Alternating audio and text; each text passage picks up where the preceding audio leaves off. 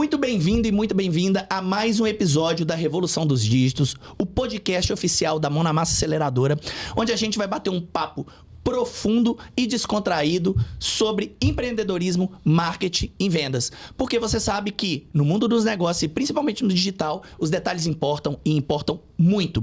E hoje a gente está aqui recebendo um convidado muito especial, o empresário Cleverson Lacerda, presidente da PKF Latam e sócio da PKF Internacional, uma firma de auditoria com mais de 100 anos de experiência e presente em mais de 150 países no mundo. Cleverson, seja muito bem-vindo ao podcast da Mão na Massa. Muito obrigado.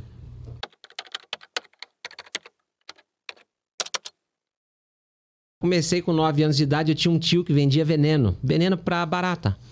E eu batia de porta em porta para vender veneno. Foi ali que começou a minha trajetória profissional, e posso dizer para você que isso é muito marcante, né? Minha história começou com 9 anos de idade.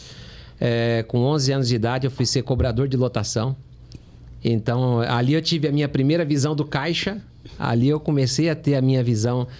Então eu entendo que tudo isso foi um ciclo extremamente produtivo para formar e forjar o empresário e o auditor que eu sou hoje. Então eu fui vendedor, ainda menino, eu fui cobrador de lotação, então eu tive acesso a vendas, eu tive acesso a caixa, e com 12 anos de idade fui trabalhar no depósito, no famoso almoxarifado de uma empresa de refrigeração. E ali começou a minha trajetória empresarial e corporativa, eu posso assim dizer, porque eu comecei a ter a visão mais ampla de uma empresa como um todo. Então ali eu aprendi tudo que entrava na empresa, tudo que saía da empresa, a relação do estoque com compras, as oportunidades que existiam em torno de um melhor controle das coisas, de um melhor controle de estoques. E curiosamente, meu primeiro, eu chamo ele carinhosamente de patrão, meu primeiro patrão é um amigo. É um amigo que hoje eu tenho oportunidade de sentar, almoçar e discutir, falar sobre negócios com ele. Aliás, você teve a oportunidade de me ver falando com ele nesses últimos 2 dias que nós estamos aqui em Belo Horizonte. Show de bola. E como que se deu essa relação com a PKF Internacional? Como que isso entrou na sua vida? Como que a auditoria entrou na sua vida? A auditoria, dentro desse processo de construção da minha carreira, foi uma grata surpresa. Eu, com 16 anos, com o anseio de fazer uma faculdade, eu descobri que pelas aptidões e por gostar muito de números e de economia também, e ser um estudioso da administração como um todo, eu descobri uma ciência que mudou a minha vida. O nome dessa ciência é a ciência contábil. Então eu digo para todo mundo que essa ciência ela transformou e tangibilizou muita coisa que eu tinha dentro da minha cabeça ainda de forma muito imatura, mas me ajudou a concretizar muita coisa. Então eu tive acesso à ciência contábil, foi a faculdade que escolhi para a minha vida, foi a profissão que escolhi. Aliás, um fato muito curioso, né, de superação também. Eu me lembro quando entrei na faculdade, eu não tinha como entrar, eu não tinha como pagar a mensalidade, eu não tinha como pagar a matrícula. Eu aproveito para dar esse gancho porque essa é a realidade da maioria do empresariado brasileiro. São pessoas que querem estudar, são pessoas que querem empreender, são pessoas que querem fazer. E eu me lembro que quando eu decidi fazer a matrícula da faculdade, a matrícula era o dobro do salário que eu ganhava. E eu vim de uma família muito pobre, uma família muito humilde. Aliás, eu fui o primeiro da minha família em todas as gerações passadas a fazer uma faculdade. Sensacional, cara. E aí eu, falei, preciso entrar. E eu me lembro até hoje, minha mãe, saudosa, né, que minha mãe faleceu durante a pandemia, mas foi o meu grande exemplo de vida, de superação. Aliás, ela que sempre falava para mim que o maior sonho dela era poder me ver formado, era poder ver um filho dela cursar uma faculdade. E eu me lembro quando eu cheguei para ela, falei, mãe, olha, eu tenho o dinheirinho do salário aqui, mas não dá para pagar a matrícula. E ela olhou para mim e falou assim, mas a mãe não pode fazer muito. Naquela época muito apertado, família muito pobre, 4 irmãos, imagina só os desafios. E ela chegou para mim e falou, não, mas eu tenho um dinheirinho guardado e eu vou complementar para você se matricular. E eu usei uma estratégia, e aí onde eu falo que há uma intersecção já desde o início entre o auditor e o empreendedor que iria se tornar um empresário. Naquele momento, somente a mente empreendedora ali brilhando. E aí eu coloquei na minha cabeça, falei, poxa, eu trabalho numa empresa que eu não tenho perspectiva de crescimento. A ciência contábil é algo que eu quero para mim. Eu tinha bons exemplos, eu já namorava minha esposa na época. Aliás, tudo na minha vida foi sempre muito precoce, né? Você vai descobrir, né? Então, eu conheci minha esposa com 16 anos, casei com 19. Tive o contato através do meu sogro também com a contabilidade, com o mundo da auditoria, porque ele trabalhava em um dos meus concorrentes hoje. Meu sogro trabalhava já naquela época, há 24 anos atrás. E aí eu tive essa influência e pensei, se eu entrar na faculdade, mesmo que eu não possa pagar no começo, o fato de estar estudando vai me abrir portas e eu vou poder me inserir nesse mercado. Então foi exatamente a decisão que eu tomei. Entrei na faculdade, paguei a matrícula, fiquei 1 ano devendo a faculdade. Só precisava entrar. Aliás, Só acontece na Suíça, isso não acontece no Brasil. Não, isso acontece muito distante daqui. A realidade brasileira é completamente diferente. Eu tenho certeza que muita gente vai se espantar ao ouvir isso. Muito na bom. verdade. Então, a grande verdade é que eu fiz isso, né? Por 1 ano eu estudei, não podia pagar a mensalidade. Meu salário mensal era menor do que a mensalidade da faculdade. Então, você pensa em um cenário de mais de 20 anos atrás. Aliás, uma dica também para aqueles que querem estudar, porque hoje você faz uma faculdade com R$99 por mês, você está estudando e consegue uma Facilitou formação. muito, né? Não tem mais Boa desculpa. ou não, a gente vai... isso é um tema para um próximo podcast. No próximo capítulo. Mas a verdade é que a acessibilidade hoje é muito grande, há uma amplitude de oportunidades, mas naquela época tudo era muito difícil. Muito difícil. E eu consegui me inserir nesse contexto. E eu me lembro que no meio do caminho, quando terminou o primeiro semestre, eu falei, poxa, acho que não vai rolar isso aqui não. Acho que eu fiz alguma bobagem. E aí ficou aquela guerra do anjinho com o diabinho ali na orelha. Ó, você fez bem. O outro dizendo, ó, eu acho que você está no caminho errado. Não vai dar certo. Vai falhar.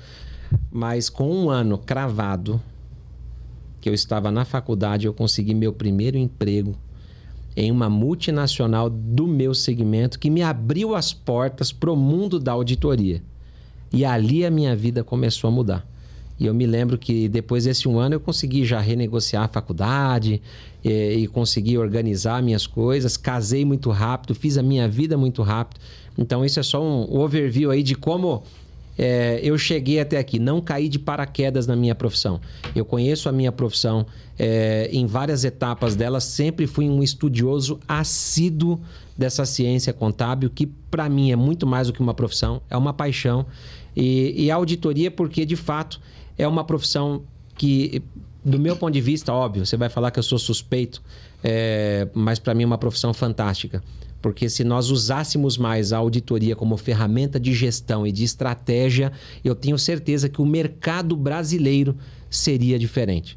Então, eu posso te trazer dados aqui, vou te trazer ao longo do nosso podcast, mas você vai descobrir que há países, inclusive na América Latina, onde é obrigado a se ter auditoria a partir do momento que você tenha qualquer tipo de CNPJ. Isso é por força de lei. E às vezes a pessoa usa a força da lei para criar mitos em cima de uma profissão, quando na verdade ela é muito mais estratégica do que regulatória. É isso que a gente vai discutir aqui hoje. Claro, com a ajuda de vocês. Cara, sensacional. E já pegando um gancho aí dessa questão da auditoria, em alguns países já regulado, é obrigatório, a gente percebe que no Brasil, né, e eu vivi isso na pele, né, te conhecendo melhor, podendo estar mais próximo, né, eu tô cada vez mais mergulhado nesse universo também, entendendo cada vez mais sobre isso e quebrando os meus próprios mitos e tabus sobre a questão da auditoria. E ao conversar com outros empresários, né, perguntando propositadamente sobre auditoria, eu já tinha essa percepção, mas eu pude constatar que existe um tabu. Geralmente as pessoas acham que a auditoria é algo que só acontece quando tá ruim, ou para poder tirar esqueletos do armário, ou para poder jogar poeira para debaixo do tapete. Por que você acha que no Brasil a auditoria é um tema tabu para os empresários? Bom, primeiro, sem dúvida, a falta de conhecimento, né? Então, a partir do momento que você não conhece, e isso não é uma realidade do brasileiro, isso é uma realidade do ser humano. Nós temos medo do desconhecido. E tudo aquilo que a gente desconhece acaba fazendo com que a gente crie certos bloqueios. E esses bloqueios não nos permitem, na verdade, avançar em determinados temas. Então, a profissão do auditor, ela passou por essa...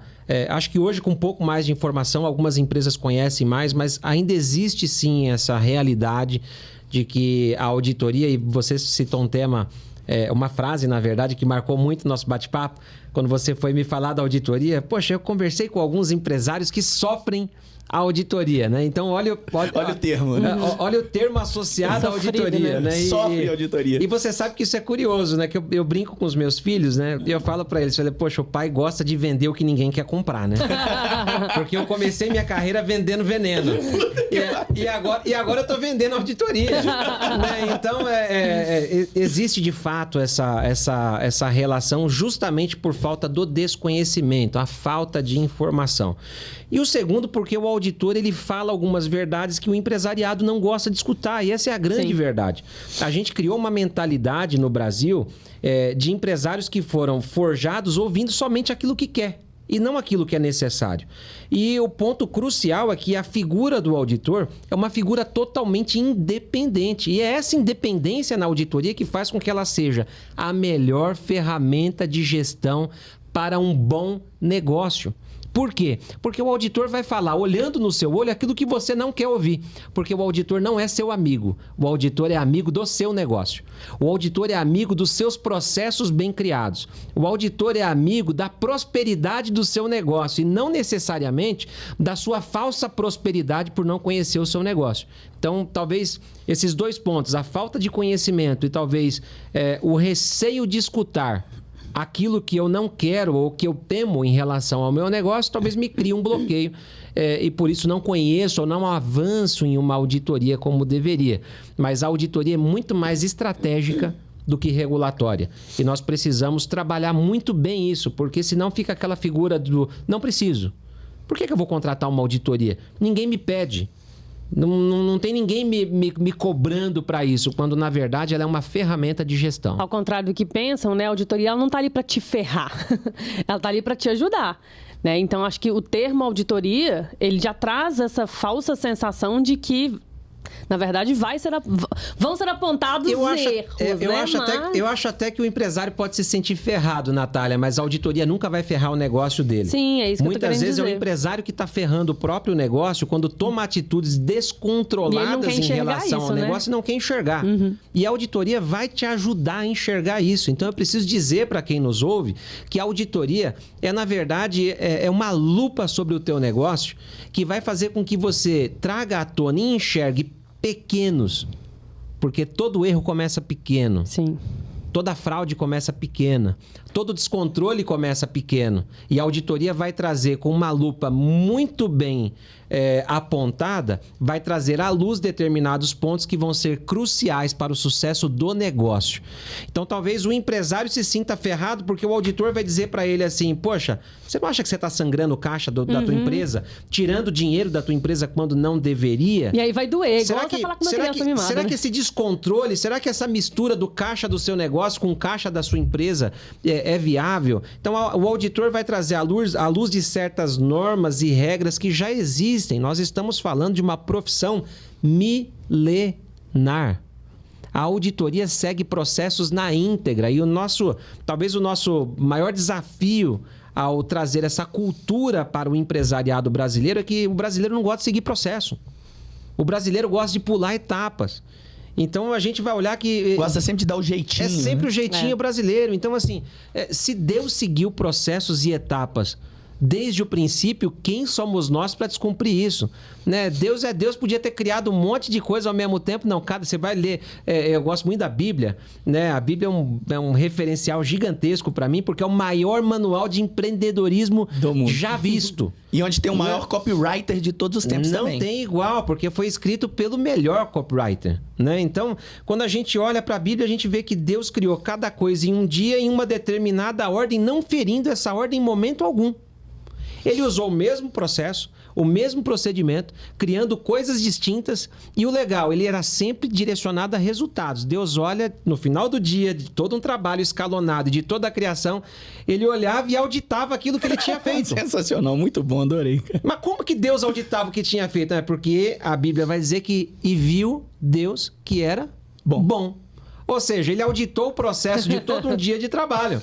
Então, note que essa profissão, na verdade, é chegar no final de um processo, de todo um esforço que o empresário está fazendo. Porque o empresário está na operação, ele está preso. Sim. Ele está ali, ele quer vender, ele quer faturar, ele quer contratar, ele quer formar gente. Quer crescer, ele quer crescer, ele quer expandir, ele quer muita coisa ao mesmo tempo. Ele precisa de alguém que chegue para ele no final do dia e diga, tá bom. E esse cara é o auditor. Sensacional. E qual é a diferença básica? Você já deu um spoiler aí sobre a questão do brasileiro que é sempre dar um jeitinho. Você tem uma vasta experiência não só no Brasil, mas internacional também nesses anos todos como auditor e principalmente como sócio da PKF Internacional. Qual que é a principal diferença que você percebe de um empresário europeu, de um empresário americano para um empresário brasileiro quando o assunto é a auditoria? Bom, são mais de 20 anos nesse mercado. Na verdade, são 22 anos já atuando nesse mercado. Eu até brinco, eu tenho mais tempo com auditoria do que sem auditoria. Então, eu tenho mais tempo de vida com ela do que sem ela. Então, é só para vocês entenderem que isso, de fato, não faz parte da minha vida. Eu respiro isso todos os dias, né? Então, eu fui empregado por muitos anos, cresci na minha área, fiz carreira e cheguei ao topo da carreira naquilo que o meu mercado chama de Big Four, que são as 4 grandes empresas de auditoria.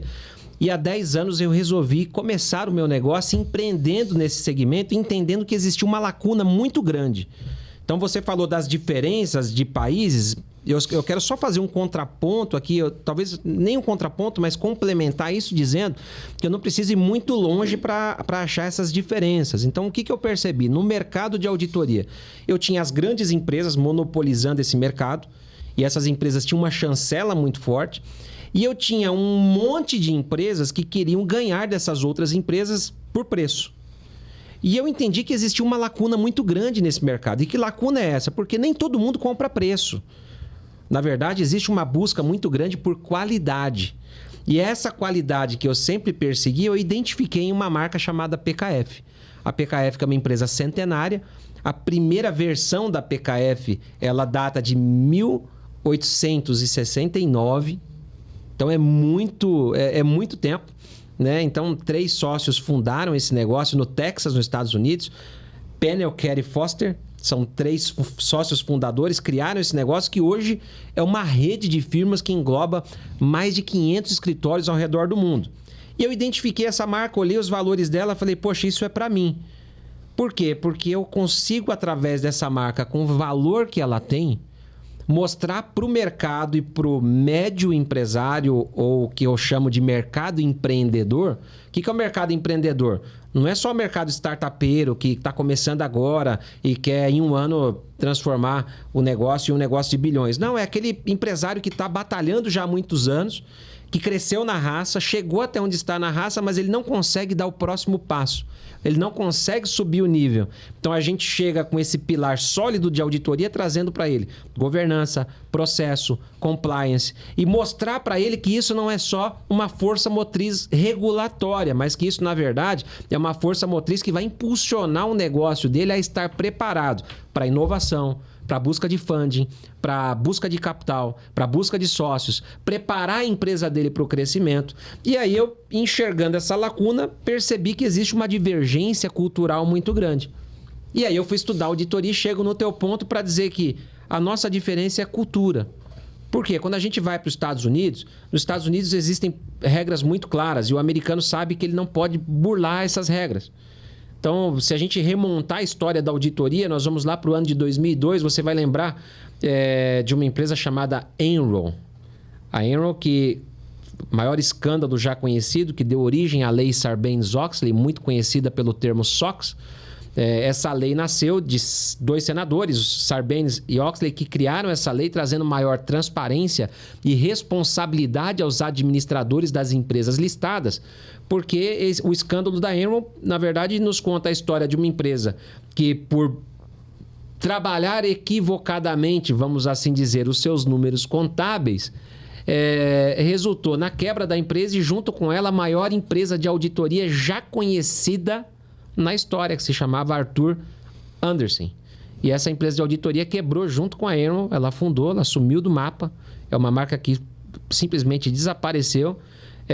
E que depois de 7 anos de ter passado por tudo isso, foi se comprovado de que a empresa ela executou todos os procedimentos de auditoria que cabia a ela executar e que não existia nenhum tipo de envolvimento na fraude que ocorreu dentro da Enron, mas até lá a empresa já tinha quebrado. Então, houve também uma quebra de paradigma, cito isso porque é uma quebra de paradigma no próprio mercado americano. Então, o americano ele tem essa visão da responsabilidade muito forte. No Brasil, a gente tem isso para as empresas listadas, para as empresas que estão em bolsa, com a responsabilidade maior do conselho de administração, do conselho fiscal, do CEO do negócio. Mas nos Estados Unidos, essa visão é uma visão com uma amplitude muito grande. E é isso que a gente precisa trazer para o nosso mercado e para a nossa realidade. A responsabilização do empresário, do empreendedor, em construir um negócio baseado em pilares sólidos de governança para que esse negócio tenha perpetuidade, legado. Então, uma pessoa quando cria uma empresa fora do Brasil, geralmente isso é cultural. Há vários estudiosos, né? Se a gente remontar a própria teoria geral da administração, se a gente for estudar aqui Henry Ford, por exemplo, e outros, né? A gente vai ver que existiu uma preocupação muito grande em deixar muito mais do que um produto, em deixar um legado, em deixar uma marca no segmento. Então, isso remonta à ideia de construir pilares sólidos, né? Quando a gente vai para a Ford, por exemplo, a gente entra em toda aquela cadeia produtiva, os processos de produção e toda uma desmistificação, né, de conceitos ou de preconceitos em um mercado que até aquele momento parecia loucura, né? Porque ninguém vislumbrava o carro pronto. Né? Todo mundo viu um monte de processo, um monte de peça, um monte de coisa jogada e um doido que em algum momento viu o carro pronto. Né? Então, o auditor é esse cara.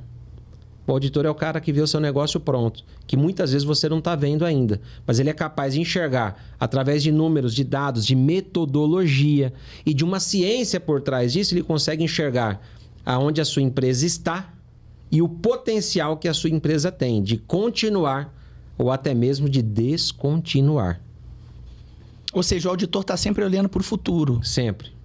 Na verdade, não é que está sempre olhando no futuro, é que o auditor ele consegue ler o presente com a ideia de perpetuidade. Prever o futuro. Então, ele consegue... A auditoria é, de certa forma, um instrumento de previsibilidade. Porque a auditoria ela está correlacionada diretamente a riscos. Né? Então, até que ponto você gosta de correr riscos? Até que ponto você gosta? Você gosta de paraquedas, Gustavo? Não. Não? Eu gosto. Você pularia de paraquedas? Não. Eu pularia. Então, você nota que o meu conceito de risco e o teu é completamente diferente. Totalmente. Certo? E se a gente se junta e vira sócio?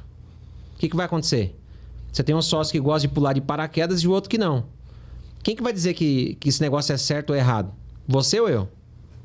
Então, a gente vai ter que criar pilares de governança para determinar até que ponto você pode não pular de paraquedas, mas não vai impedir que eu pule.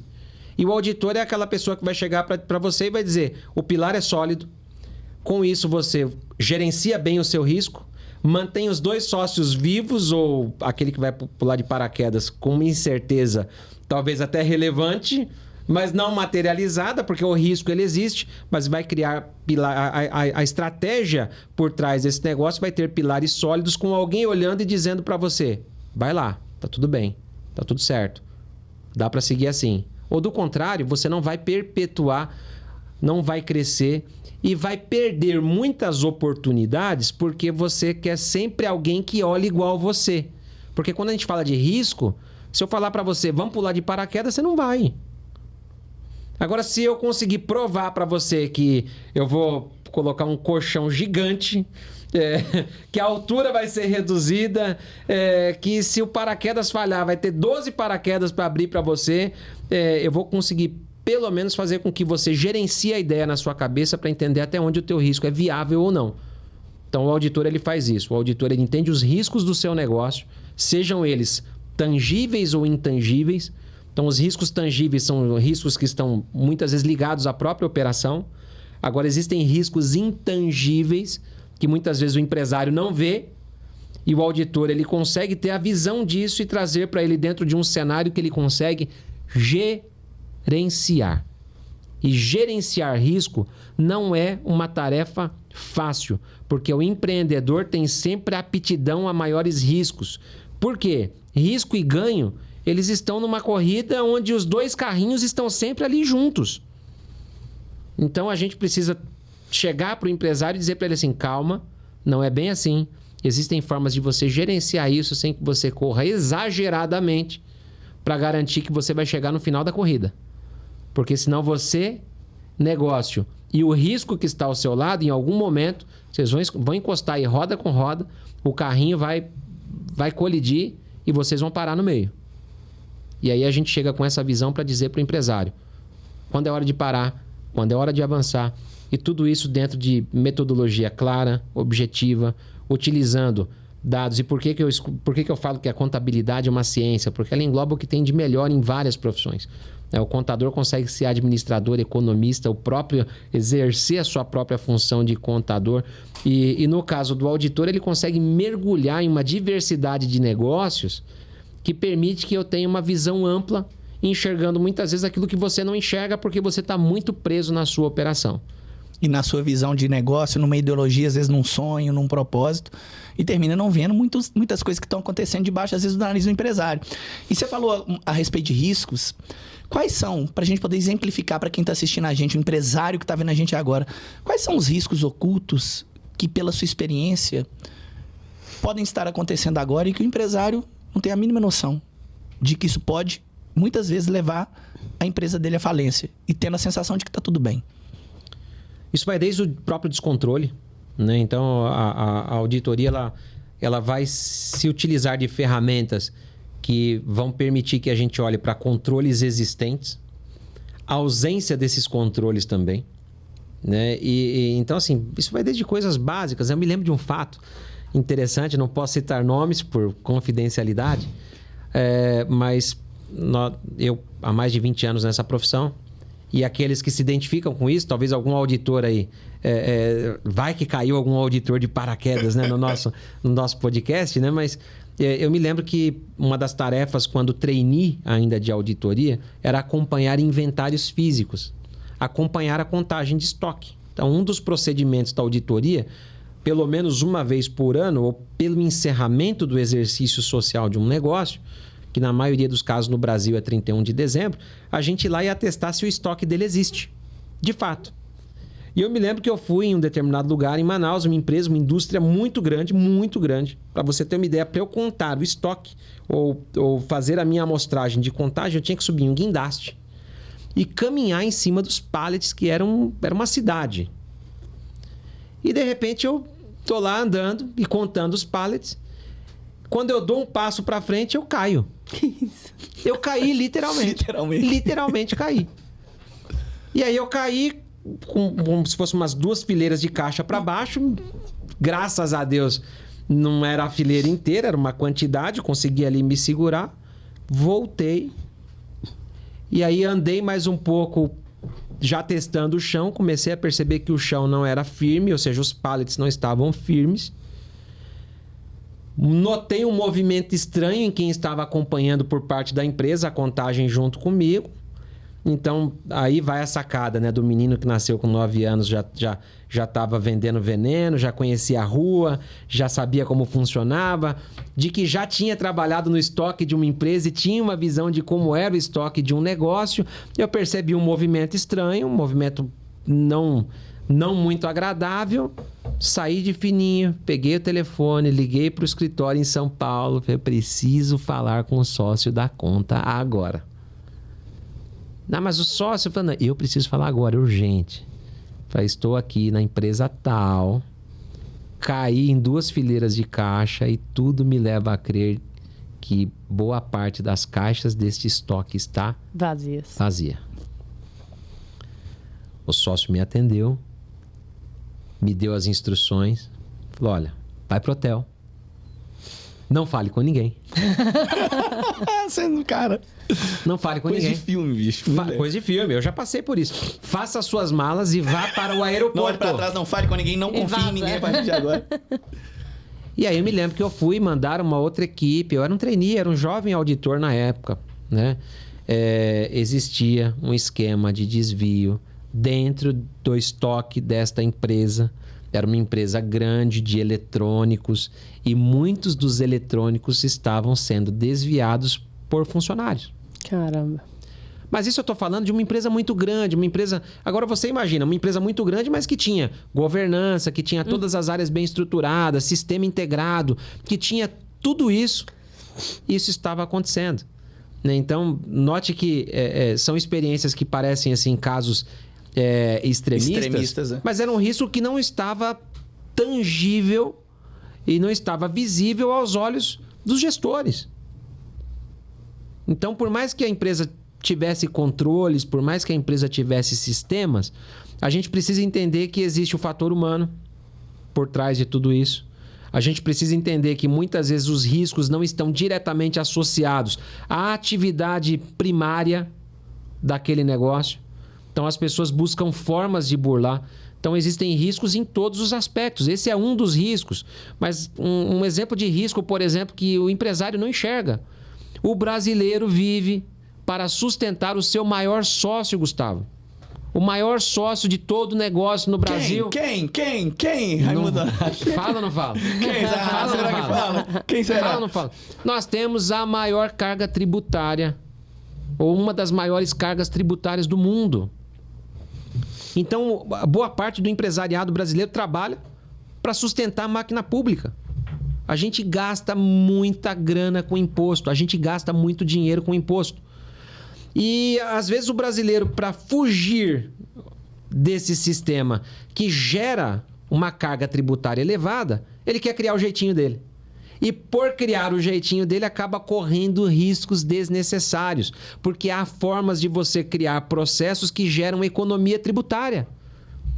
E é uma diversidade. Citei para você um exemplo hoje que é um exemplo clássico, um exemplo que está na internet, todo mundo é acessível. Você pode entrar agora no Google e pesquisar sonho de valsa. Chocolate sonho de valsa. O sonho de valsa, enquanto bombom, pagava 3,65% de IPI sobre o produto. A partir do momento que em uma sacada de um tributarista massa, que pôs a mão na massa para fazer o trabalho dele, então ele descobriu que se ele transformasse aquele produto em um biscoito wafer e mudasse a embalagem, ele teria a economia desse imposto. Então note que há o jeitinho que... Eu não gosto muito desse negócio de jeitinho brasileiro, porque eu sou brasileiro e não gosto de jeitinho, eu sou auditor brasileiro. Então, ele achou alternativas dentro da regra do jogo. Sem burlar a lei. Para mudar ele. Então a gente precisa entender que se a gente entrou no jogo e a gente entrou nesse negócio para jogar com seriedade, a gente tem que seguir as regras dele. E o jogo tem regras. E o legal do Brasil é que a gente tem muita regra. E ao invés de não seguir a regra, por que não tentar fazer a nossa interpretação dessa regra e aplicar ela no jogo? Perfeito. E fazer a diferença? Então é exatamente isso que a gente fala para os nossos clientes, inclusive.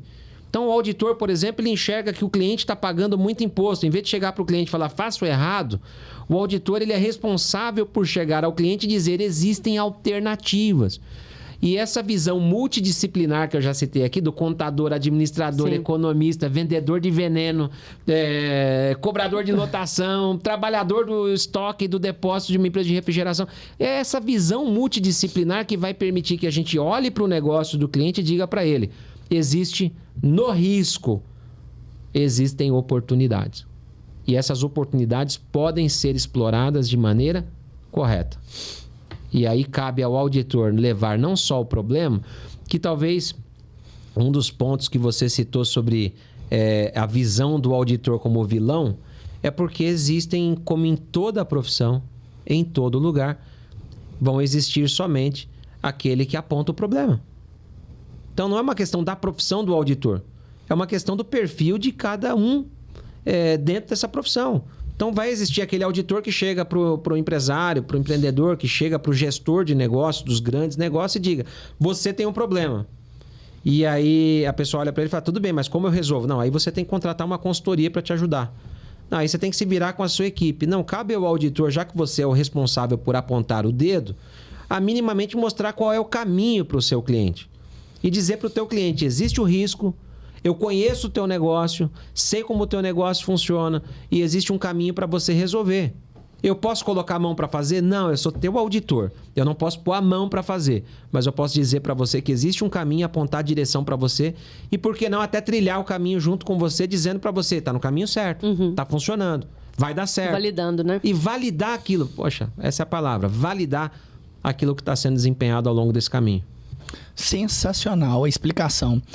E qual a diferença entre auditoria interna e auditoria externa? Esse é um ponto fantástico, né? Então, a auditoria externa, ela tem a visão totalmente independente, por isso já se diz externa Ou seja, o auditor ele vai utilizar de metodologias para, a partir de coisas que foram produzidas pela administração da empresa, e aí essas coisas a gente chama de demonstrações contábeis, né? Então, eu falei coisas aqui, os auditores vão me matar também, né? Então, assim, as demonstrações contábeis de uma empresa, elas são validadas por um auditor externo que vai emitir uma opinião independente daquela demonstração contábil. Quando você abre o jornal lá e vê uma demonstração contábil lá, famoso, as pessoas falam só do balanço, né? Mas o balanço é só uma peça dentro dessa composição de demonstrações contábeis, né? Mas quando você vê um balanço publicado, você vai ver que depois de toda a publicação do balanço, da DRE, da DMPL, da demonstração do fluxo de caixa, se quiser depois eu explico a sopa de letrinhas, você vai ver que há uma série de notas explicativas e lá no final tem relatório dos auditores independentes sobre as demonstrações contábeis. Isso é papel do auditor externo. Então, no Brasil, empresas listadas em bolsa, empresas reguladas. O que eu chamo de empresas reguladas? Bancos, equiparadas a bancos, empresas de seguros. São empresas que têm a obrigação de passar por um processo de auditoria e não sofrer uma auditoria. Pelo amor de Deus, hein, gente? Chega de sofrer auditoria. Então Vamos passar por uma auditoria. Elas passam por força regulatória pela auditoria externa para validar as suas demonstrações contábeis. O auditor interno vai trabalhar de dentro para fora. Ou seja, o auditor interno vai validar todos os processos e todos os controles que têm por único objetivo endereçar ou cobrir riscos que estão associados à produção dessa demonstração financeira, dessa demonstração contábil, ou por que não dizer outros riscos também. Existe a auditoria interna hoje que é mais focada em operacional, em otimização de processo. Existe a auditoria interna que tem propósito específico, ela foca em uma área específica que já foi mapeada como um problema pela administração. Então, o auditor interno ele circula mais dentro do negócio com o objetivo de ajudar na implementação de controles, na validação desses controles e no gerenciamento de risco. O auditor externo chega depois e vai validar tudo isso que foi construído pela administração em conjunto com o seu auditor interno, se a abordagem desse auditor externo for uma abordagem baseada em controles, porque pode não ser. Existem empresas que não têm um sistema de controle eficaz. Às vezes a empresa ela até tem os seus controles, né? Eu chamo de papel de pão, né? Todo mundo tem um papel de pão, né? Você costumava escrever no papel de pão? Sim, demais fazer conta em papel de pão. Fazer conta em papel de pão. Então, eu costumo dizer que papel de pão é controle. Mas é um papel de pão que foi que é um controle que no final do dia ele serve só para você que escreveu nele. Então, o bom controle não pode servir só para você. O bom controle tem que ser validado. Então, às vezes o auditor chega, a empresa tem controle, mas não chegou em um nível ainda de ser validado. Então, ele tem uma abordagem, o auditor externo tem uma abordagem que a gente chama de abordagem substantiva. Que é o quê? É pegar a base de construção dessas informações e fazer teste. Pedir documento. Poxa, legal, você está dizendo que você tem aqui no teu balanço aqui 10 milhões aqui para receber de cliente. Me dá a relação deles. Quem são esses clientes? Há quanto tempo está parado isso no seu contas a receber? Faz quanto tempo que você não recebe desse cliente aqui? Há quanto tempo esses títulos estão parados? Né? Então aqui você está dizendo que você tem 100 milhões em máquinas. Quais máquinas? Me dá a relação. Fisicamente estão onde? Deixa eu lá dar uma olhada. Deixa eu ver se essa máquina está operando. Deixa eu ver se de repente você não tem um estoque represado. Deixa eu olhar, daqui a tua relação de estoque. Como é que está a composição do custo do teu produto? Será que você está alocando o seu custo corretamente? Porque isso vai impactar diretamente em uma diversidade de coisas. Impacta em rentabilidade, impacta em estratégia de negócio. Né? Então, às vezes, a gente olha e vai caminhando por esse processo, a gente consegue enxergar, muitas vezes, aquilo que o empreendedor não está enxergando. Né? O empreendedor tem aquela visão de venda.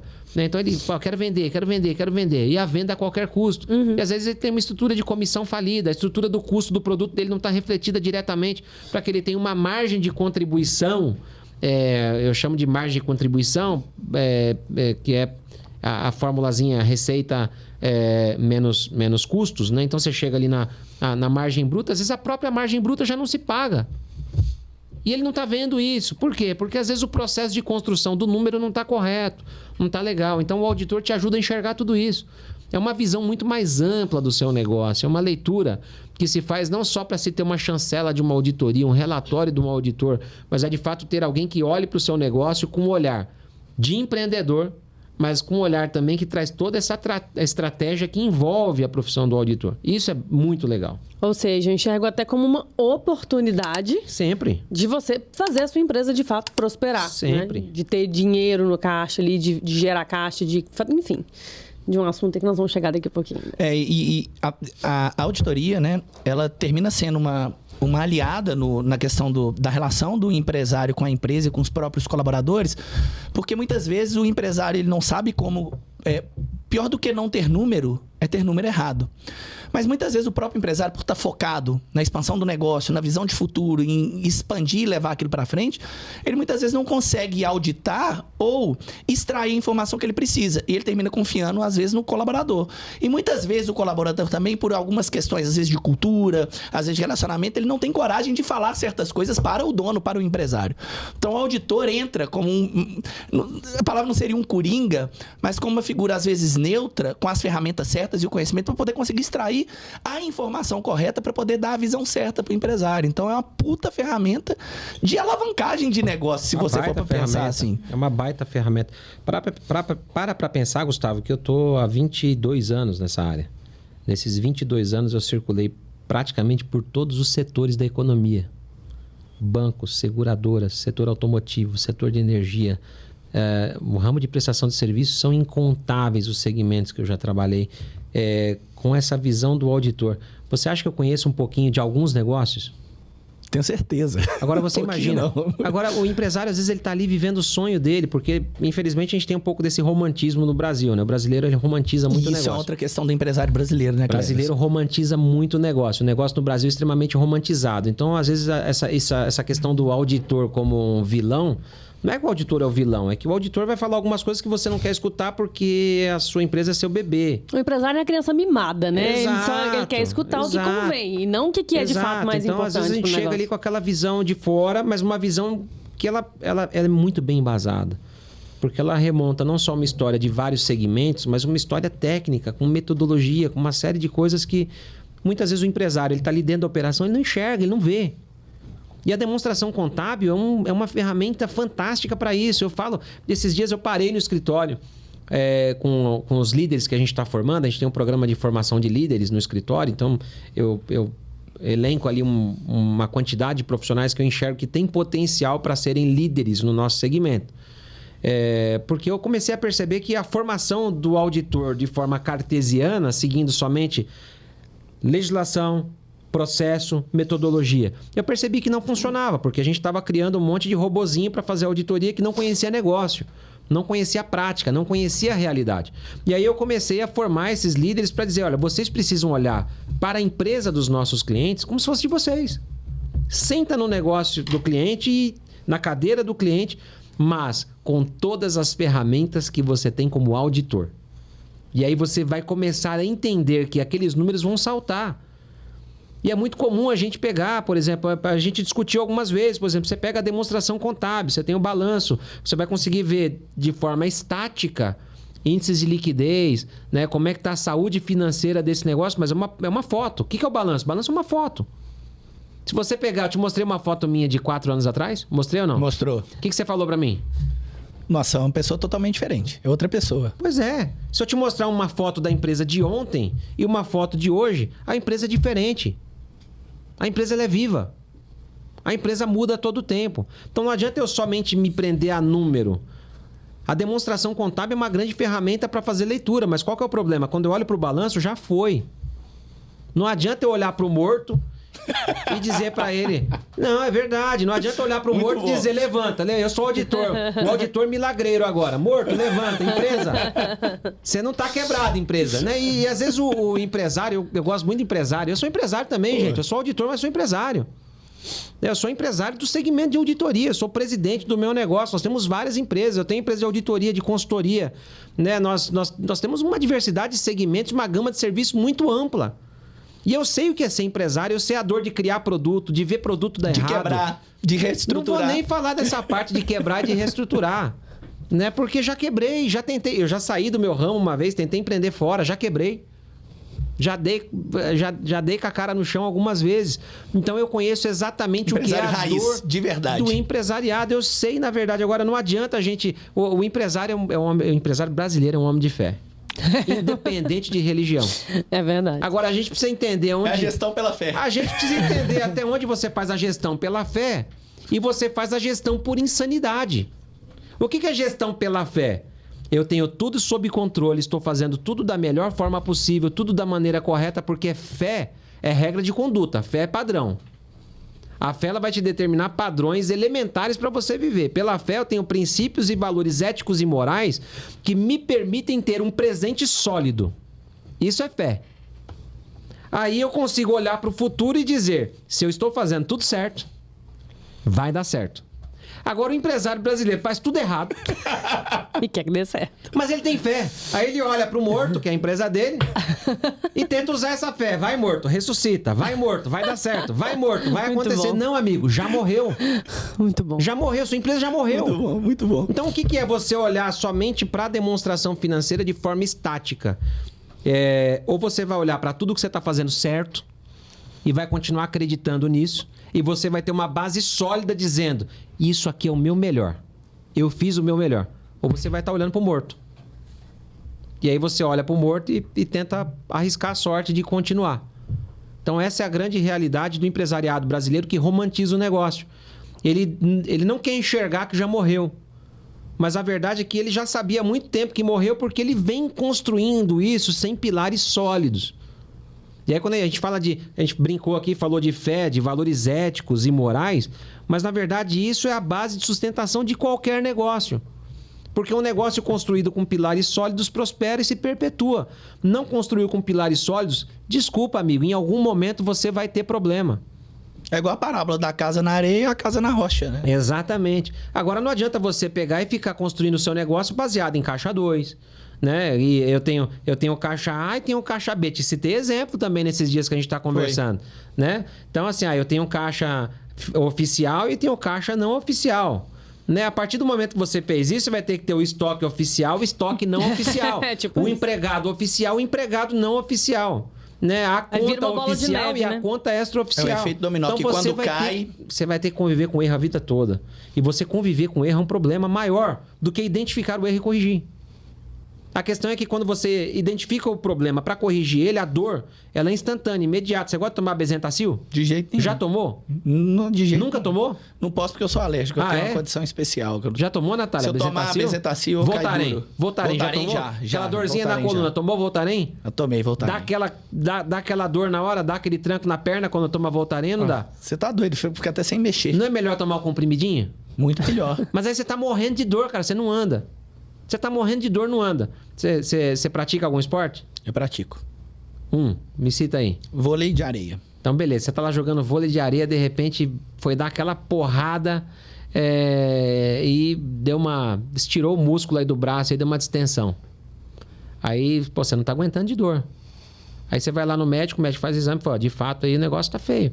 Então é o seguinte, eu posso te dar esse anti-inflamatório que daqui 10 dias pode ser que vai estar bom. Ou é o seguinte, amigo, toma injeção agora, daqui 2 horinhas você tá zerado, vai fazer um repouso para se recuperar, mas já vai para casa sem dor. E aí, o que você prefere? A injeção ou comprimidinho 10 dias no risco de não dar certo ainda? Injeção agora. Então, amigo, às vezes a injeção é necessária. A questão é que a injeção dói, vai te tirar da zona de conforto. Você vai precisar de alguém para dizer para você, para agora, reorganiza os processos, reorganiza a empresa e faz esse negócio acontecer. Ah, mas vai doer. Se eu fizer isso aí, como é que vai acontecer? Eu vou travar, que é uma das grandes objeções. Não, mas se eu colocar auditoria aqui, vai travar meu processo. Fala, não vai travar nada. Pelo contrário. Se você entende que a auditoria vai travar o seu processo, significa que o seu processo é inadequado. Porque o bom processo, na verdade, ele só é validado pela auditoria, nunca travado. Muito bom, sensacional. Bacana. É um tema que realmente exige aprofundamento, porque é um grande tabu que a gente tem hoje, né? E é um tabu que a gente precisa quebrar, Gustavo, porque Eu poderia vir aqui explicar para você onde nasceu a auditoria, a história da auditoria, te colocar aqui o manual de auditoria, explicar a metodologia de avaliação de risco na auditoria, de materialidade, de amostragem, as ferramentas de auditoria, sistema, data analytics. Eu podia te explicar tudo isso. Não adianta, é perda de tempo. Porque o que a gente precisa é dar um passo atrás e mostrar que a auditoria é muito mais do que um conjunto de ferramentas. A auditoria é um conjunto de estratégias. As ferramentas são secundárias. A forma de fazer auditoria é secundária. Agora, a estratégia que vem embarcada com a auditoria é muito maior do que as ferramentas que ela coloca à disposição do empresariado para conhecer o seu negócio. Sensacional. E eu queria pegar um gancho que você falou a respeito do reposicionamento do bombom, do ouro branco, né? Ouro branco, sonho de valsa. Onde uma auditoria, através de um tributarista, percebeu uma oportunidade na lei de fazer uma redução de imposto, de tributação. E com isso, com essa economia dentro de um volume absurdo de vendas, ele colocou caixa de forma imediata dentro do negócio. O próprio site da empresa fala que a cada minuto 1.100 sonhos de valsa são vendidos. Olha isso, é absurdo. Qualquer bitaca que você entrar no Brasil hoje, no interior ou na capital, vai ter um lá vendendo. E na cara do gol ali, no caixa. Então você imagina uma mudança de tributação para poder fazer com que essa empresa, dentro da lei, pagasse menos através de uma auditoria de um tributarista que foi lá e identificou, colocou dinheiro imediato dentro desse caixa. Isso é o benefício direto, porque tem o benefício indireto disso também. Mas aí eu queria pegar o gancho disso para a gente falar sobre uma outra coisa que a gente vê, e isso a gente vê na prática também, com clientes, com alunos das nossas mentorias, com pessoas que estão muito no jogo do digital também, que lucro não é caixa. E eu queria que você me falasse muito sobre essa visão que você tem sobre isso. E que não é uma visão, é uma realidade.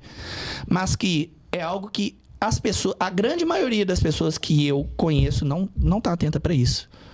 E aí, lucro é caixa? Você preferiria ter hoje 10 Ferraris na sua garagem com um boleto de 60 meses para cada uma delas? Ou o dinheiro de todas as Ferraris investidas em fundos imobiliários te dando aluguel todo mês? Com certeza a segunda opção. Maravilha. Essa é a realidade de quantas pessoas no Brasil? Não, poucas. E aproveitando essa amostragem da questão do fundo de imobiliários como exemplo, é menos de 2%. Pois é. No Brasil. Agora explica para mim por quê. No caso do fundo imobiliário, porque existe uma oportunidade de desmistificar também. O fundo imobiliário está quase como auditor, né? As pessoas, por desconhecimento, acabam não investindo. Exatamente. Mas estou citando isso como exemplo para dizer para você o seguinte. Se acostumou no Brasil a atrelar sinônimo de sucesso a você ostentar. Bens materiais. Então, a ostentação Perfeito. e bens materiais é sinônimo de sucesso. Perfeito. E o que a gente vê, na verdade, é um monte de empresário endividado. E que você vai olhar o saldo do banco lá... Exato. Aliás, nós temos empresários aí, tem uns caras xarope aí na internet aí, Gustavo. Tem um doido aí no Brasil aí, que ficou famoso, tá pra tudo que é lado aí, mas... ele vai falar, qualquer coisa que ele vai falar, não, que eu tenho um negócio de 200 milhões. Esse outro aqui nós ganhamos 300. Deixa eu dar um número importante. A gente tá falando de auditoria aqui, não tá? Pega essa aí, você que é empresário, que fica acompanhando aí guru da internet, que fica vendo só palco e não conhece bastidor, pega esse número que ele vai falar aí agora. Então, beleza. Toda empresa no Brasil que tem mais de 240 milhões em ativos, ou fatura anualmente mais de 300 milhões, torna-se empresa de interesse público. Isso é empresa individualmente ou grupo econômico. Ou seja, um conjunto de empresas controladas por um mesmo controlador, por uma mesma pessoa ou por uma mesma holding, ou chame do que quiser. Tem que publicar demonstração contábil. Tem que passar por auditoria. Agora eu pergunto, as empresas desses gurus da internet aí estão sendo auditadas por quem? Porque se fatura tudo isso, deveria estar passando por um processo de governança minimamente regulatório. Minimamente. Então, assim, hoje ficou fácil falar. As pessoas falam.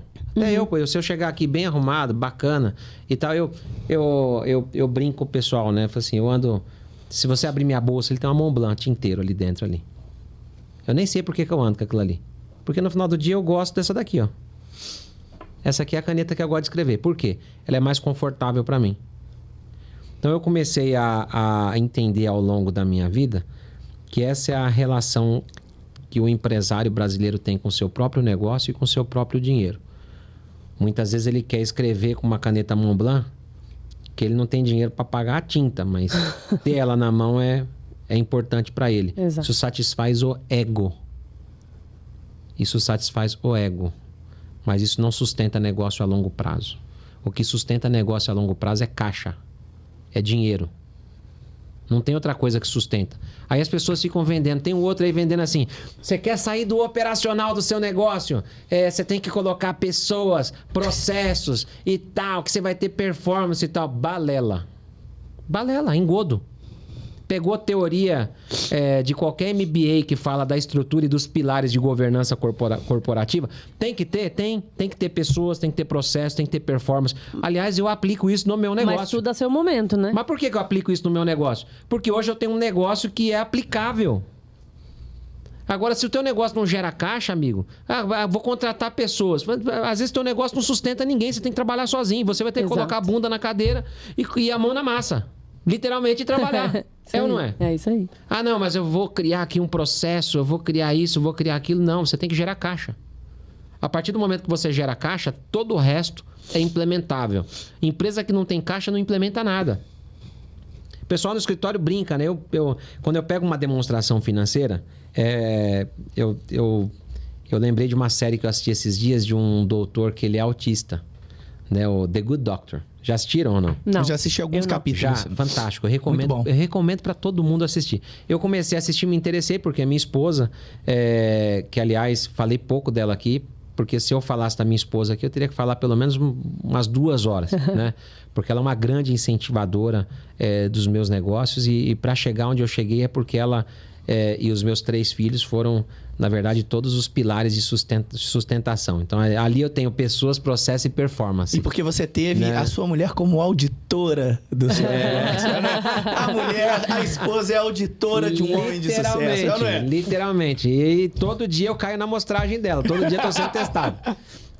Mas e só, gente, essa frase é uma frase dele de bastidor que ele soltou, eu achei sensacional. Né? Então, por trás de um grande homem existe uma grande auditora, geralmente é a mulher e a esposa. Muito bom. Pô, agora não sei nem onde eu tava mais. Vamos voltar. Falou na esposa auditora, me deu medo. Eu já fiquei...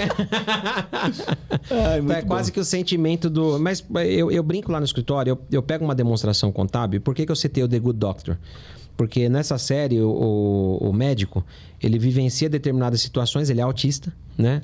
Ele vivencia determinadas situações, ele congela. E aí a série mostra que ele está pensando, ele está construindo, concatenando as ideias para chegar numa solução.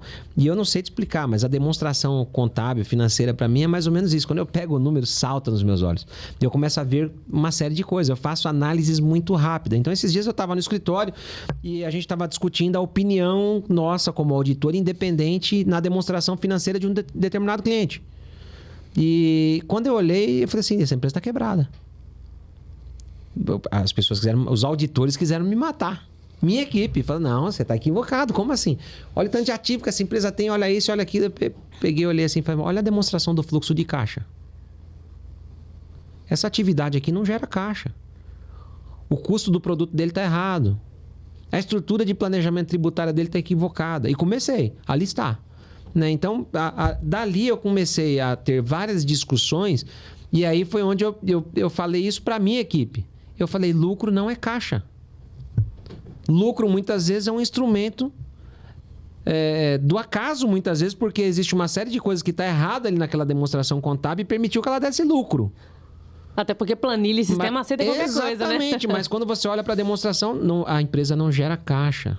Perfeito. A empresa tem um problema grave de continuidade operacional. Porque o que garante continuidade operacional e perpetuidade é caixa, não é outra coisa. Então as pessoas precisam entender, eu quero ter liberdade financeira. O próprio nome já diz, liberdade financeira, certo? Ok. Liberdade financeira, porque eu quero viajar mais, porque eu quero conhecer Dubai, eu quero tirar 3 férias por ano. Eu não quero ficar colocando a mão no operacional. Aí fica vendo esse tanto de guru na internet vendendo isso. Aí vai lá, compra um guia prático de R$97.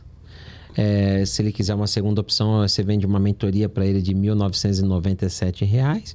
Ou ele vai participar de um evento físico que vão explicar para ele pessoas, processo e performance. Balela, ensina o cara a ter caixa. Empresa que tem caixa, o dono vai para Dubai, vai para onde quiser, porque a empresa se sustenta. Então ele não fica mascarado atrás de um lucro ou de uma teoria que muitas vezes não funciona. A gente não pode mascarar a visão do empresário. E o auditor é esse cara.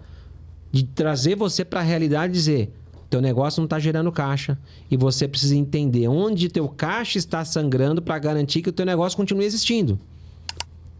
Porque enquanto o lucro pode ser um instrumento de contábil, o caixa é o maior instrumento de perpetuidade operacional do teu negócio. Então olha para ele.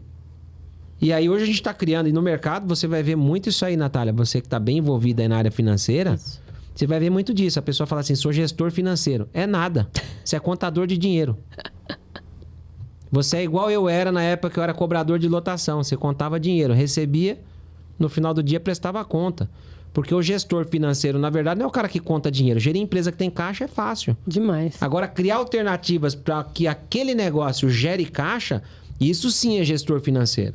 Então, você não precisa de alguém para contar teu dinheiro. Você precisa de alguém para garantir que você tem a estratégia correta para, ao invés de gerar lucro, gerar caixa, porque caixa é prosperidade. Caixa é a verdadeira riqueza. Caixa é tangível. E Qual que é a única coisa que não pode ser digital em um negócio? Dinheiro. Dinheiro não é digital.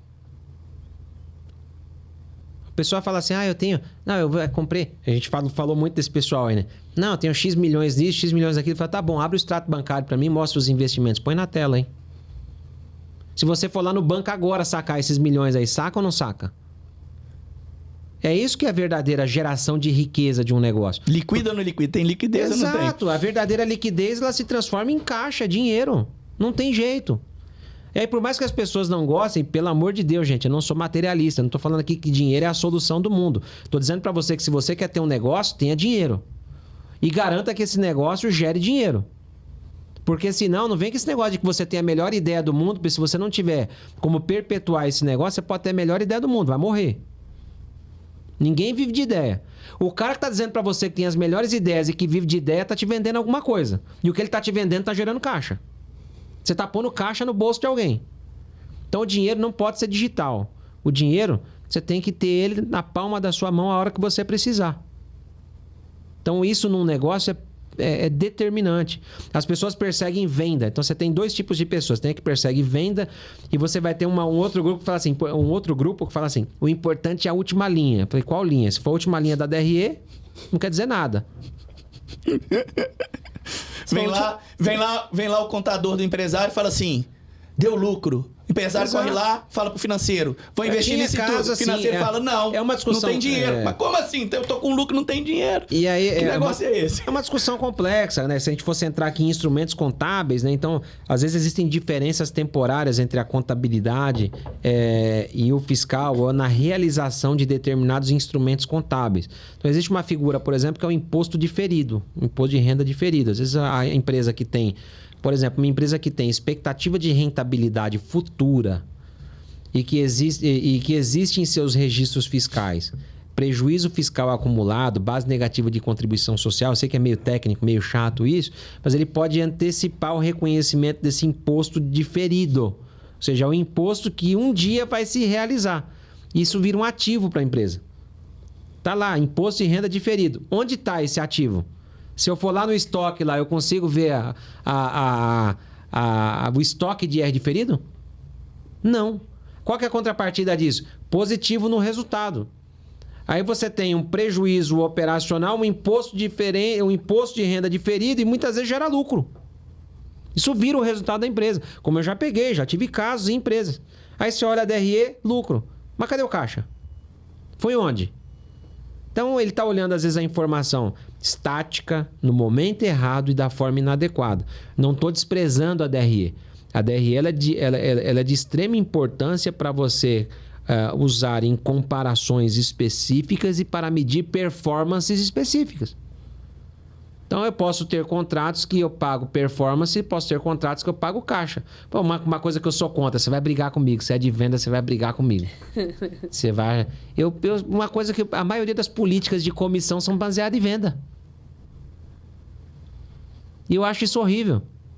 Por quê? Porque às vezes o cara vende uma coisa que no final do dia não me dá caixa, não me dá lucro, não me dá nada. Mas eu tô pagando comissão. Mas ninguém fala hoje numa discussão, fala assim, não, vamos fazer o seguinte, você me traz esse contrato, eu tenho tanto de custo, isso aqui vai me gerar tanto de caixa em cima do caixa. Em vez de te dar 1% da venda, vamos fazer o seguinte, vou te dar 30% do caixa. Você já viu alguém fazer isso? Não, raro. Ninguém faz. Muito difícil. Porque é mais cômodo fazer o quê? Te pago 1% do que vende e me viro com o resto depois. Só que nessa de se virar com o resto depois, você tá com todo o risco. Você tem que entregar a venda, gerenciar assumir o custo, a bucha toda. assumir a bucha das despesas, pagar imposto, no final do dia torcer para ver se sobra alguma coisa para você. Essa é a mentalidade, é assim que foi construído o empresariado de anos no Brasil que a gente precisa mudar. Você falou perfeito, torcer, né? A fé tá ali, né? É a fé, fica torcendo. Mas qualquer imprevisto que acontecer no caminho, todo mundo ganhou, você foi o último a ganhar. Verdade. Nossa, perfeito. Agora, quando você faz um gerenciamento baseado, e eu falei para você isso hoje, eu falei, a riqueza ela é gerada. A riqueza é gerada. Então eu falei para você, falei assim, você e Natália, nasce um bebê. Isso é geração de riqueza. Se eu perguntar para você, qual que é a maior riqueza da sua vida? Minha família, com certeza. Então assim, ninguém fabrica uma família. Eu não consigo chegar na frente do espelho e falar assim, eu sou a minha família. Eu não posso chegar para vocês e falar assim, eu sou o Cleverson e esse aqui também é a minha família. Não tem como. Então assim, família é gerado. Então riqueza tem esse conceito. A riqueza, ela não é construída. Patrimônio você constrói. Fala assim, vou construir uma casa, tijolo por tijolo. Mas se vem o vento amanhã e um tsunami derruba a casa, e aí? O que acontece? Teu patrimônio vai todo embora. Mas se você tiver uma família, a família tá lá do teu lado ou não? Quer dizer, tem algumas que não, né? Mas numa família sólida. Estruturada. De verdade. Tá lá do lado ou não tá? Total. Então isso é riqueza. Então a correlação que eu faço em relação a todo negócio é isso. Você precisa construir riqueza no seu negócio. E essa riqueza, no final do dia, tem que garantir que você perpetue o seu negócio como um negócio próspero, gerando prosperidade na vida de outras pessoas. E a única coisa que faz isso, eu não conheço outra, é dinheiro. Então, por mais que as pessoas não gostem de dinheiro, aliás, da minha vida pessoal, eu lido muito com isso, né? Você sabe, eu sou cristão, sou evangélico, sou pastor também, né? Sou membro de uma igreja. E aí, quando a gente fala de dinheiro na igreja, fica todo mundo olha pra gente assim e fala assim, olha lá, mercenário, só pensa em dinheiro, só fala em dinheiro. Poxa vida, mas... Como que uma pessoa dessa vai atrair dinheiro pra vida dela com esse tipo de pensamento? Nunca. Porque o pensamento é medíocre, é miserável. Esse aí não tá pensando nem em construir nada. Esse aí nem construir nada. Mas você vai atrair algo que você repele. Exato. Então, a empresa, você tem que gerar riqueza nela, plantando sementes adequadas. Então, um bom controle. Uma boa relação sua com o controle, com gerenciamento de risco, com um olhar externo, um bom relacionamento. Quando você vai casar, você faz o quê? Você vai casar, você convida algumas pessoas pro casamento, certo? Mas aí você convida algumas pessoas que são chaves ali, né? Que elas estão ali pertinho de vocês. Quem são? Os padrinhos. Os padrinhos. Então, qual que é a função do padrinho? A função do padrinho é a função de estar ali sendo o auditor do seu casamento. Porque ele é testemunha de um ato seu, onde você olhou para a Natália e falou assim para ela, até que a morte nos separe. E o cara foi lá e assinou o nome dele. Tô testando isso aqui, hein? Você lascou com alguém ainda, porque alguém teve que assinar. Você me trouxe aqui para testemunhar. Exatamente. Isso. Então, assim, o auditor é esse cara. Olha que analogia terrível isso. O auditor é esse cara que vai com você, com a Natália no cartório. Você vai lá, jura tudo por ela. E o auditor vai lá e assina como testemunha. Fala assim, de fato, o Gustavo e a Natália estavam aqui mesmo e juraram esse negócio. Aí você pega ele, arranca do cartório e leva na igreja, na frente de um sacerdote, jura a mesma coisa e ele é obrigado a estar ali parado, estático, como testemunha e vai ter que assinar junto com você também. O auditor é esse cara. Entendeu? Então, para pensar que isso, na verdade, a figura do auditor, a pessoa do auditor está implícita em tudo que a gente faz na vida. Em tudo. E ele é um instrumento de geração de valor. E as pessoas precisam entender que quando eu construo um negócio com pilares sólidos, fortes, consistentes, e validados por essas testemunhas, esse negócio prospera. Cara, sensacional e muito bom essa elucidação e explicação dessa visão de geração de riqueza, de construção de patrimônio, de liquidez. Tem muito se fala da lista da Forbes, dos bilionários e milionários que estão lá listados na lista da Forbes e todo mundo fica batendo palma para isso. Mas tem casos e casos de pessoas que estão lá, mas que, por exemplo, o caso da EGX, que é um caso muito conhecido aqui no Brasil, que quando... Do Ike Batista? Do Ike Batista. Quando quebrou, o que sobrou na mão desse cara? A lista da Forbes, pra mim, é a lista mais mentirosa que existe. Fala mais pra gente sobre isso, que eu gosto muito dessa visão sua também. Eu tô polemizando no seu muito podcast. Muito bom, adoro isso. Isso aqui a gente trouxe pra fazer... É a revolução dos dígitos. Mas vão bater em mim até não querer mais, você vai ver. Mas a verdade é o seguinte. Quando você pega listas como essa, a forma como essa lista elenca essa geração de patrimônio, né? Então eu não estou falando de riqueza, estou falando de patrimônio, né? Ela é construída através de patrimônios que não estão necessariamente sob controle daquelas pessoas que estão lá naquela lista.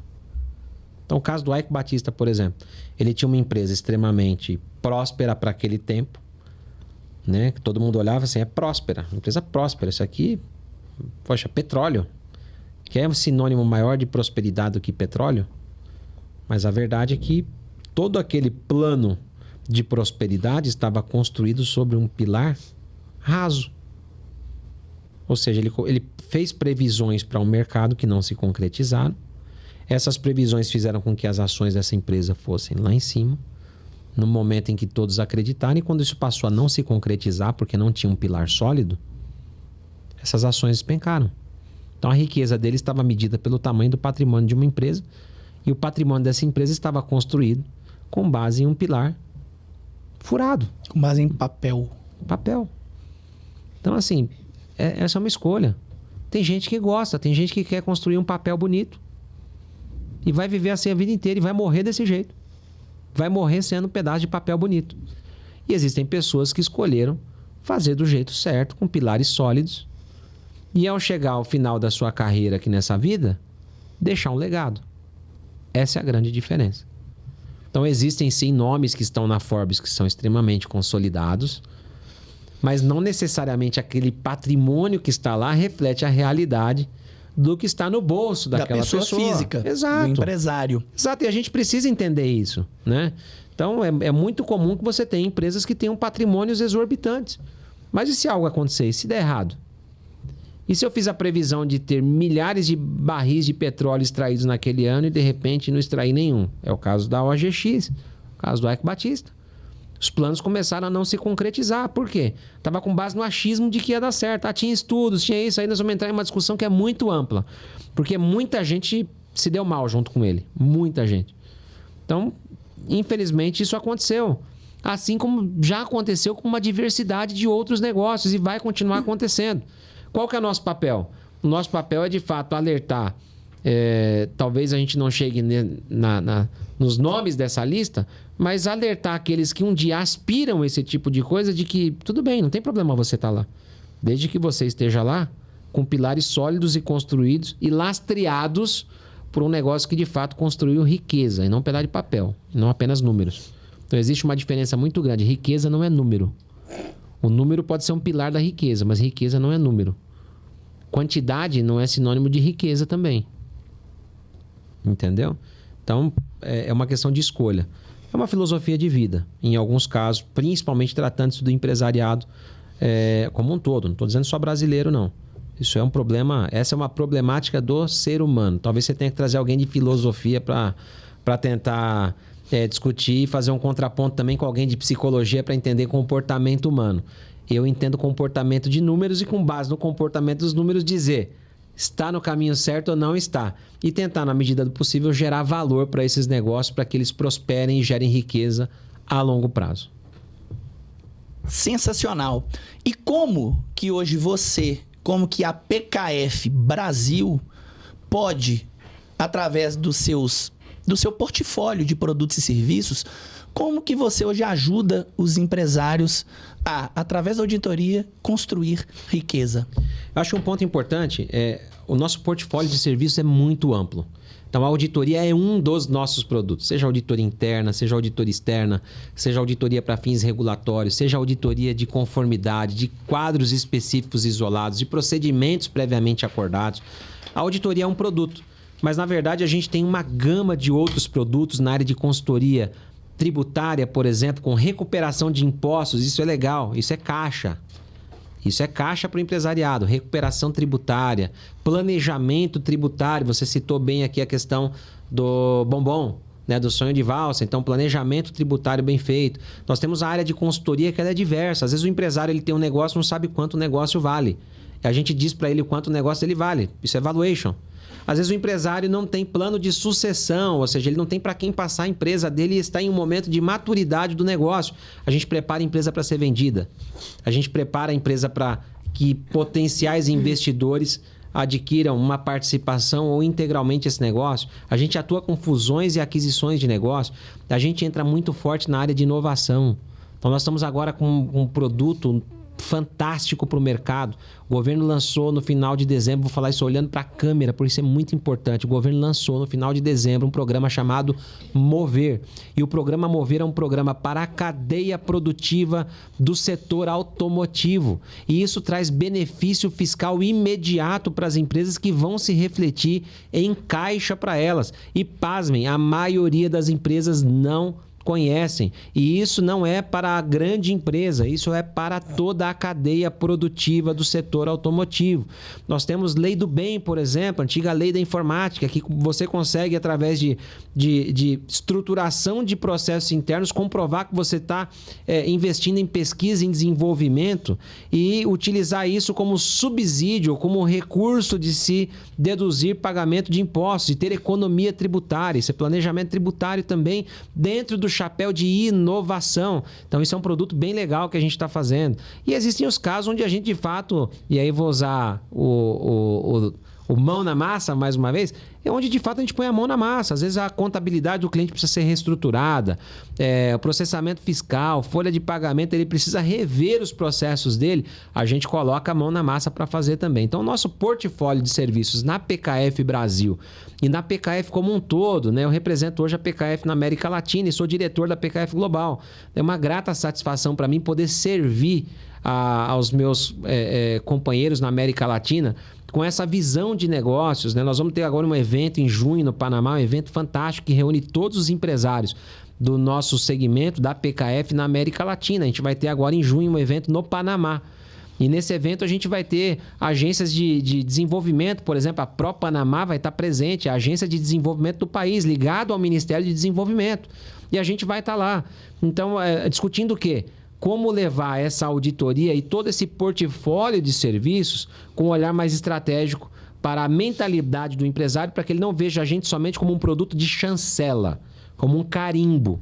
Porque a gente não quer ser um carimbo. A PKF não quer ser um carimbo no papel da empresa. A PKF quer ser um agente transformador de negócios em negócios prósperos. É tirar você do comum e fazer você pensar fora da caixa. Então, essa é a nossa missão como PKF. E para isso, é claro, a gente deixa sempre, né? Se você me permitir, a gente deixa sempre os nossos contatos. Claro, manda o seu jabá aí pra gente, por favor. Vamos lá. Então, como que o pessoal pode, como que o empresário que está assistindo a gente pode entrar em contato com você, com a PKF, para poder saber mais a respeito desse serviço e como que vocês podem ajudá-lo? Maravilha. Redes sociais, Instagram, @PKF Brasil. Eu falo sempre, né? P de pato, K de que bom, F de faca, né? PKF Brasil com Z.